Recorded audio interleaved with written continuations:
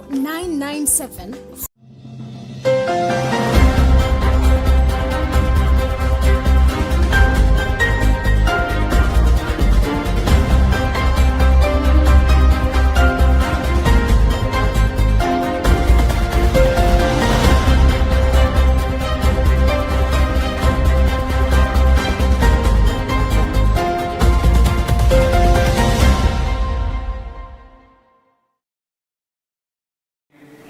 You're watching Luntha TV and it's time for our 7:30 news bulletin. My name is Tandi Wemzumara. First, the headlines.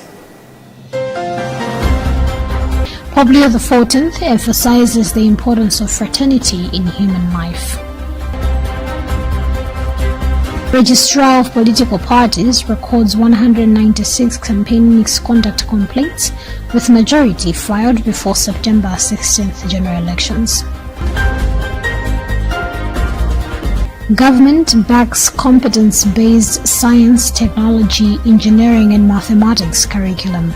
And in other news, United Nations calls for probe into protest killings in Tanzania as hundreds face treason charges.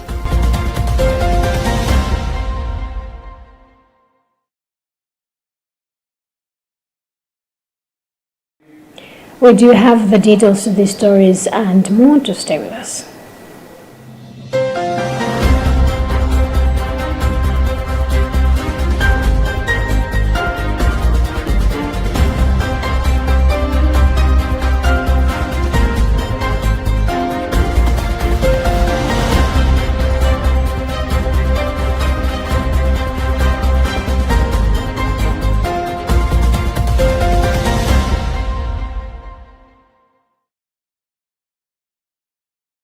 Pope Leo XIV has emphasized the importance of fraternity as the foundation of human coexistence and the expression of shared dignity as children of God. During the Wednesday General Audience in St. Peter's Square, the Holy Father reflected that fraternity, deeply human and divinely inspired, enables life to flourish and sustains hope amid the divisions and uncertainties of the modern world. We have more details on this Vatican News report read by Patrick Pupa. 1-2. Continuing his catechist on the Paschal Mystery, Pope Leo XIV spoke about how the light of Christ's death and resurrection and calls believers to live the gospel through solidarity and care for one another. In this way, he said, fraternity becomes a concrete path of hope that transforms hearts and societies alike. Pope Leo explained that fraternity is not an abstract idea but a lived reality woven into the fabric of human nature. Without bonds of love and mutual support, he said humanity will lose its ability to survive, grow, and learn. He said each person discovers the fullness of life not in isolation, but in communion, where self-giving and compassion reveal the image of God in others. The Pope lamented that today's world, marked by conflict, division, and indifference, offering the meaning of fraternity. Yet he affirmed that it is not an attainable dream, but a divine core inscribed within every heart. Fraternity, he said, is the only path capable of healing wounds, restoring trust, and renewing the human family. Reflecting on the word's origin, Pope Leo, fraternity derives from an ancient root meaning to care for and to an heart to sustain. He observed that such care is first learned within families where brothers and sisters support one another despite differences and failings. He said when extended to the broader human community, this same spirit of care becomes a sign of peace and reconciliation. Concluding his catechist, Pope Leo encouraged all the faithful to strengthen bonds of fraternity in their daily lives through compassion, patience, and mutual respect. He said true brothers and sisters do not turn away from one another, but work together in unity, bearing one another's burden and joys. In the light of Easter, the Pope affirmed fraternity reveals the power of love to overcome selfishness and division, guiding humanity towards a renewable future of communion and peace.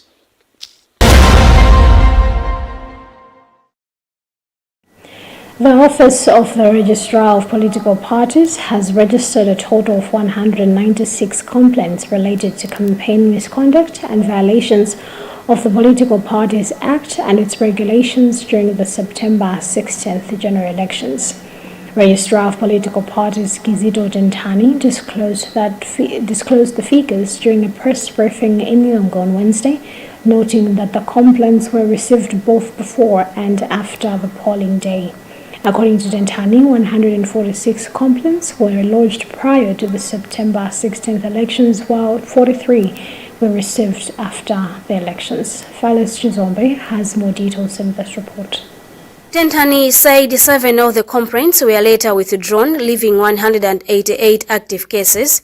He added that 178 of these were related to the distribution of handouts, while 11 involved other issues, including chiefs disrupting campaign rallies and politicians holding campaign activities at funerals. The registrar further explained that handouts, mainly cash and material items, were the most common form of inducement, accounting for 86% of the complaints. Regionally, the Central Region recorded the highest number with 83 cases, followed by the Southern Region with 73 and the Northern Region with 33. Lilongwe was identified as the main hotspot, with Nchinji and Dowa also reporting high numbers. In the south, Nsanje, Balaka and Machinga were among the districts that reported more cases, while in the north, Nzuzu led the most complaints. Dentani also disclosed that 58 complaints were filed against individuals affiliated with the Malawi Congress Party, those linked to the Democratic Progressive Party. According to the registrar, 88 of the cases have since been closed after being assessed as either trivial or lacking sufficient evidence to establish a clear breach of the law. However, 5 cases remain under active investigation. Reporting for Luntha News, this is Phyllis Chizombe.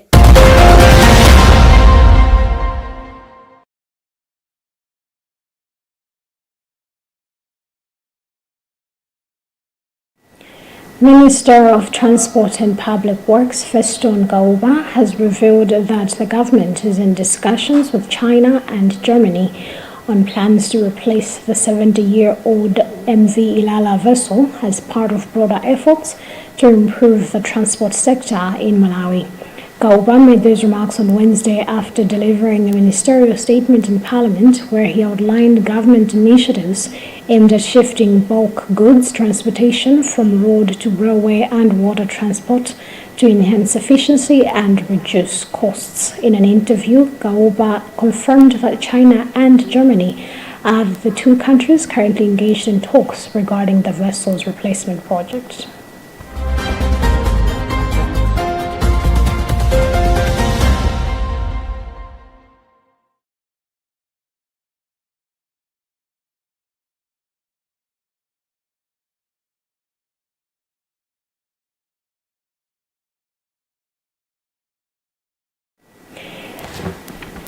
Minister of Education, Science and Technology Brighton Msaka has described the competence-based curriculum in science, technology, engineering and mathematics STEM education as a vital tool for equipping learners with the skills needed to meet the challenges and opportunities of the 21st century.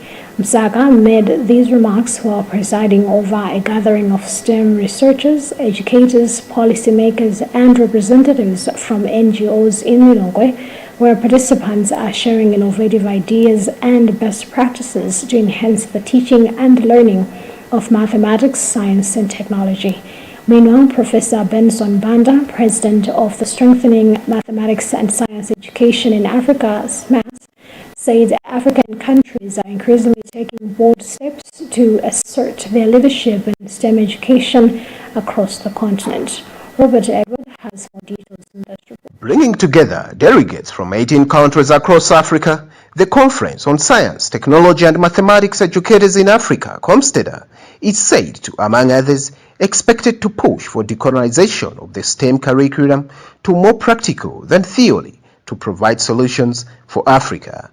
According to Malawi Minister of Education, Science and Technology, Brightim Saka, the conference resonates with the government direction of reviewing the country's education curriculum from the outcome to competency-based, where readers are taught how to come up with the 21st century sounding solutions to the current challenges and leverage on the existing opportunity. Knowledge and experiences on how best to instruct the student in these subjects so that the student of tomorrow studies science, technology, engineering, and mathematics instead of the kind of things that we studied in the past. COMSTEDA, which began in 2001, has seen adaptive transformation with the African countries embracing its agenda by baking African solutions with the African context. Call came to us to say, are we so much backwards that we can't start doing it on our own? And that's how we started engaging governments, of which Malawi is a member. We have now 33 African countries, the sub-Saharan African countries. The technocrats took a sweo to appreciate the strides of the STEM education beyond the conference at Nalikole College of Education. The previous COMSTEDA was hosted by Nigeria.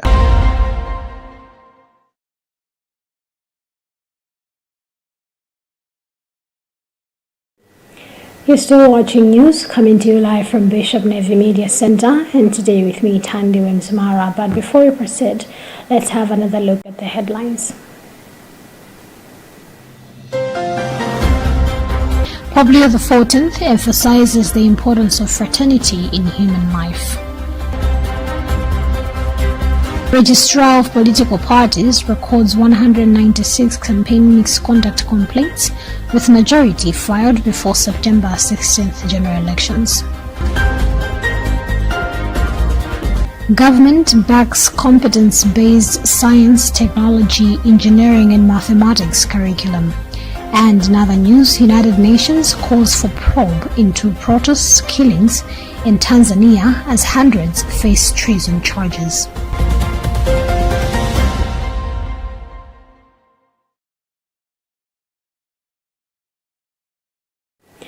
Proceeding with the news, health experts have raised alarm over the increasing number of suicide cases across Malawi, particularly among young men, describing the trend as a clear sign of a growing mental health crisis that requires urgent government intervention. The expert, George Jobe, argues that suicide should be viewed as a public health issue rather than a personal failure, urging authorities to invest more in mental health services, counseling, and community awareness programs aimed at helping people recognize and respond to early signs of emotional distress. Jobe said the surge in suicide cases also highlights serious gaps within Malawi's mental health system, noting that many victims suffer from untreated mental illnesses, emphasizing the need for society to move away from stigma and blame and instead treat those struggling with mental health issues as patients in need of care and support. Here is part of what Jobe had to say. It is very sad to note that suicide cases have been on the rise, and mostly it's been men and young men. When it comes to the health sector, this is a manifestation of some challenges with the mental health, because anyone who commits suicide is a patient, and before suicide there's the mental disorder that happens. However, we see sometimes the people blaming the person who has committed suicide, not understanding that person was a patient.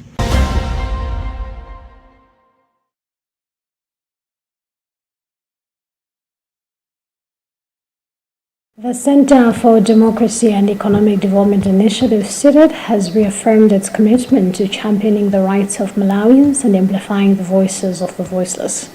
This follows the organization's inspection of the multi-billion kwacha Salima Lilonga water project, which has been the subject of widespread public debate. SID Executive Director Sylvester Namiwa says the organization decided to visit the project site because water is a basic necessity of life, and it was important to verify the facts amid ongoing rumors and concerns surrounding the project's implementation. Emmanuel Shiwocha has filed this report. October 13, 2025, SIDE held a press briefing where it called on the government through the Minister of Finance and Economic Affairs to suspend operations at the Salima Lilongwe water supply project pending a forensic audit. Namiwa said the inspection aimed to establish the truth on the ground, adding that SIDE represents the interest of Malawians and the voiceless. He emphasized that the project belonged to Malawians and that transparency and accountability must be upheld through its implementation. Process worth taking because we believe in holding duty bearers accountable for their actions. Everywhere where there is taxpayers' money, there has to be transparency and accountability. You may recall that we demanded an audit, so this is part of the audit process. We should thank the contractor for opening up, because it clearly shows that they understand that we are working in an open society where transparency and accountability is the order of the day. Nonetheless, we have entered into a contract. I'm happy that at one point in time, the locals were involved. They were able to voice out their concerns.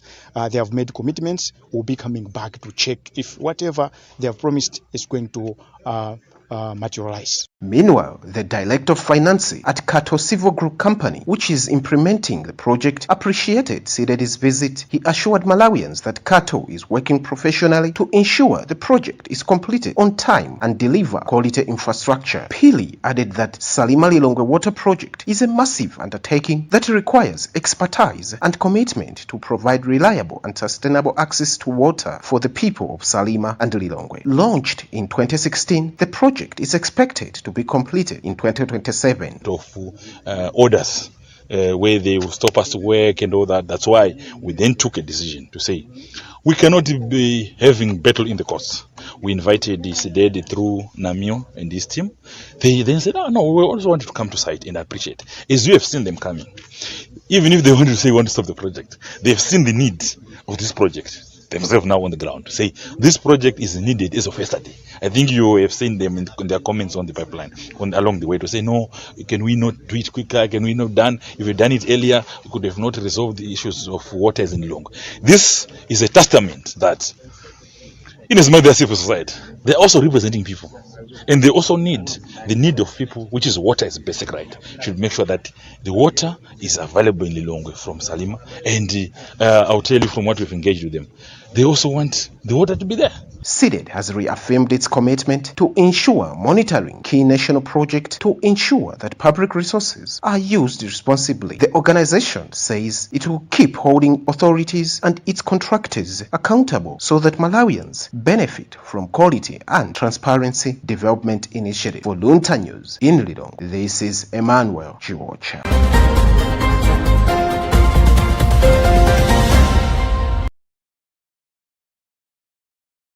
The news, the United Nations has called for an investigation into the alleged killings of hundreds of people in protests that erupted during last month's disputed elections in Tanzania. The call for a probe comes as Tanzanian authorities have charged hundreds of people with treason over these demonstrations. Patrick Pupa is reading an African News report. UN Human Rights Chief Volker Turk said there was an apparent attempt from the government to conceal evidence of protesters' death. This accusation follows reports that security forces were taking bodies of those killed in the violence from mortuaries to undisclosed locations. Turk urged authorities to release bodies to families for funerals. The main opposition party, Chadema, has said that about 2,000 people were killed during 30-day protest following the disputed poll. The government has yet to give an official death toll. The UN said hundreds of people are believed to have been killed, but was unable to verify the figures due to volatile security situation in Tanzania and the country's internet shutdown that lasted for 6 days after the election. Tanzanian authorities have charged hundreds of people with treason, over the demonstrations linked to the disputed 29 October poll. Wanted suspects included Josephat Gwajima, an influential preacher who had his church disregistered earlier this year after he criticized the government over right abuses. Police have also issued arrest warrants for some of the nation's top opposition officials who hadn't yet been detained. Chadema leader Tundu Lissu has already been jailed for 7 months and also faces treason charges after he called for electoral reforms ahead of last month's vote.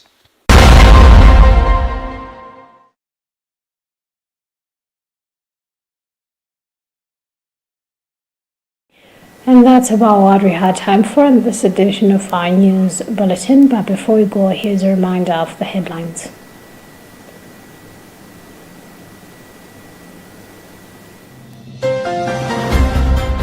Pope Leo XIV emphasizes the importance of fraternity in human life. Registrar of Political Parties records 196 campaign misconduct complaints, with majority filed before September 16th general elections. Government backs competence-based science, technology, engineering and mathematics curriculum. And in other news, United Nations calls for probe into protests, killings in Tanzania as hundreds face treason charges.